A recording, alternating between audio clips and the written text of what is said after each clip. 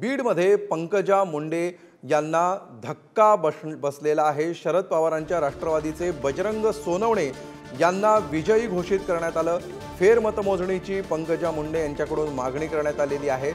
6585 मतांनी बजरंग सोनवणे यांचा विजय झाला। बीडमध्ये हा भाजपला मोठा धक्का मानला जातोय। आमचे प्रतिनिधी उदय नागरगोजे याविषयी अधिक माहिती देण्यासाठी आपल्या सोबत आहेत। उदय, बीडकडे संपूर्ण राज्याचं लक्ष लागलेलं आहे। काय अपडेट्स आहेत, काय नेमकं घडलंय आणि काय घडतंय? बीड लोकसभेची जी निवडणूक आहे ती अतिशय अटीतटीत निघाली। मतदानाच्या मतमोजणीच्या पहिल्या फेरीपासून अगदी पंकजा मुंडे कधी आघाडीवर, कधी बजरंग सोनवणे आघाडीवर असं चित्र पाहायला मिळत होतं।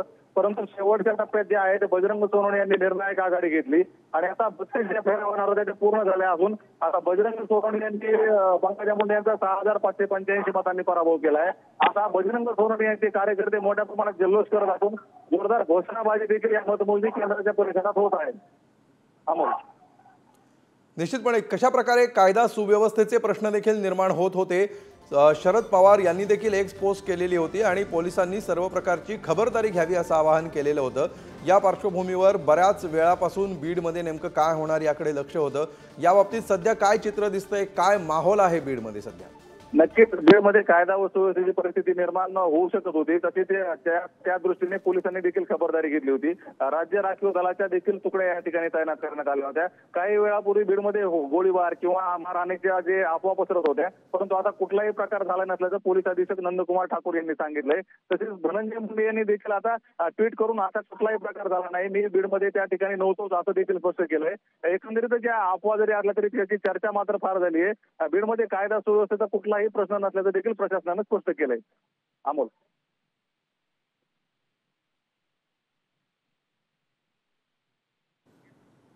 ज्या प्रकारे या सगळ्या मतदानाच्या मोजणीच्या फेऱ्या होत होत्या त्यामध्ये अत्यंत अटीतटीची लढाई आहे असं दिसत होतं। पुन्हा एकदा सगळ्या फेऱ्या झाल्यानंतर पुन्हा एकदा 14व्या फेरीपासून मतमोजणी सुरू झालेली आहे अशा प्रकारचंही चित्र होतं। कशा प्रकारे हे सगळं मोजणीचं नाट्य होतं, कशा प्रकारे ही आघाडी पिछाडी होत होती आज दिवसभर? नक्कीच पंकजा मुंडे ज्यावेळेस मतमोजणी केंद्राच्या परिसरात आल्या त्यावेळी त्यांनी निवडणूक निर्णय अधिकाऱ्यांच्या दालनात जाऊन त्या ठिकाणी त्यांचे जे प्रतिनिधी होते पंकजा मुंडे यांचे मतमोजणीच्या ठिकाणी त्यांच्या मार्फत तक्रार अर्ज दिला होता आणि बीड गेवराई विधानसभा मतदारसंघातलं तसंच पोस्टल मतदान जे आहे त्याचं रिकाउंटिंग करण्याची मागणी केली होती।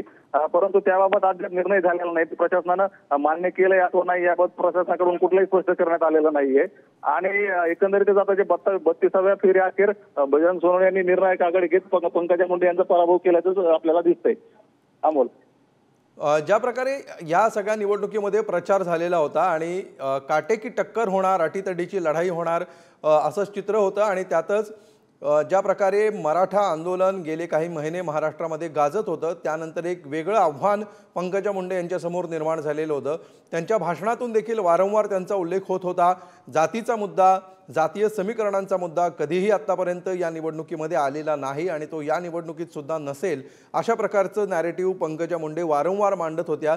मात्र आता ही अटीतटीची लढाई झालेली आणि याच्यामध्ये आता पंकजा मुंडे पराभूत होताना दिसत आहेत। सध्या जे चित्र समोर येते त्यानुसार कशा प्रकारे ही निवडणूक झाली होती?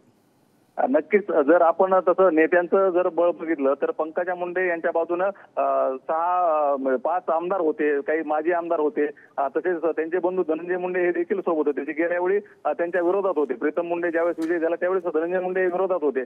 आता ते देखील पंकजा मुंडे यांच्या सोबत असल्यानं पंकजा मुंडे यांच्या तुलनेनं विजय सोपा होईल असं वाटत होतं। परंतु मराठा आरक्षणाचा जो प्रश्न आहे त्याचा केंद्रबिंदू बीड राहिलेला आहे, त्यामुळे ही निवडणूक अतिशय अटीतटीची झाली। मराठा आरक्षणाचा मुद्दा हा बीडच्या लोकसभा निवडणुकीत प्रचाराचा कळीचा मुद्दा बनला होता। याच मुद्द्यावरून पंकजा मुंडे यांना अनेक गावामध्ये विरोध देखील झाला होता। पंकजा मुंडे यांच्या ताफ्यासमोर घोषणाबाजी देखील झाल्याचं आपण पाहिलं होतं।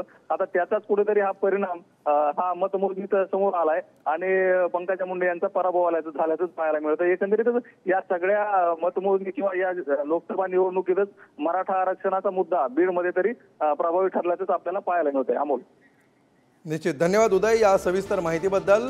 6585 मतांनी सध्या सोनवणेंचा विजय झालाय। उदय नागरगोजे याविषयी आणि तिथल्या सगळ्या प्रक्रियेविषयी आपल्याला अधिक माहिती देत होते।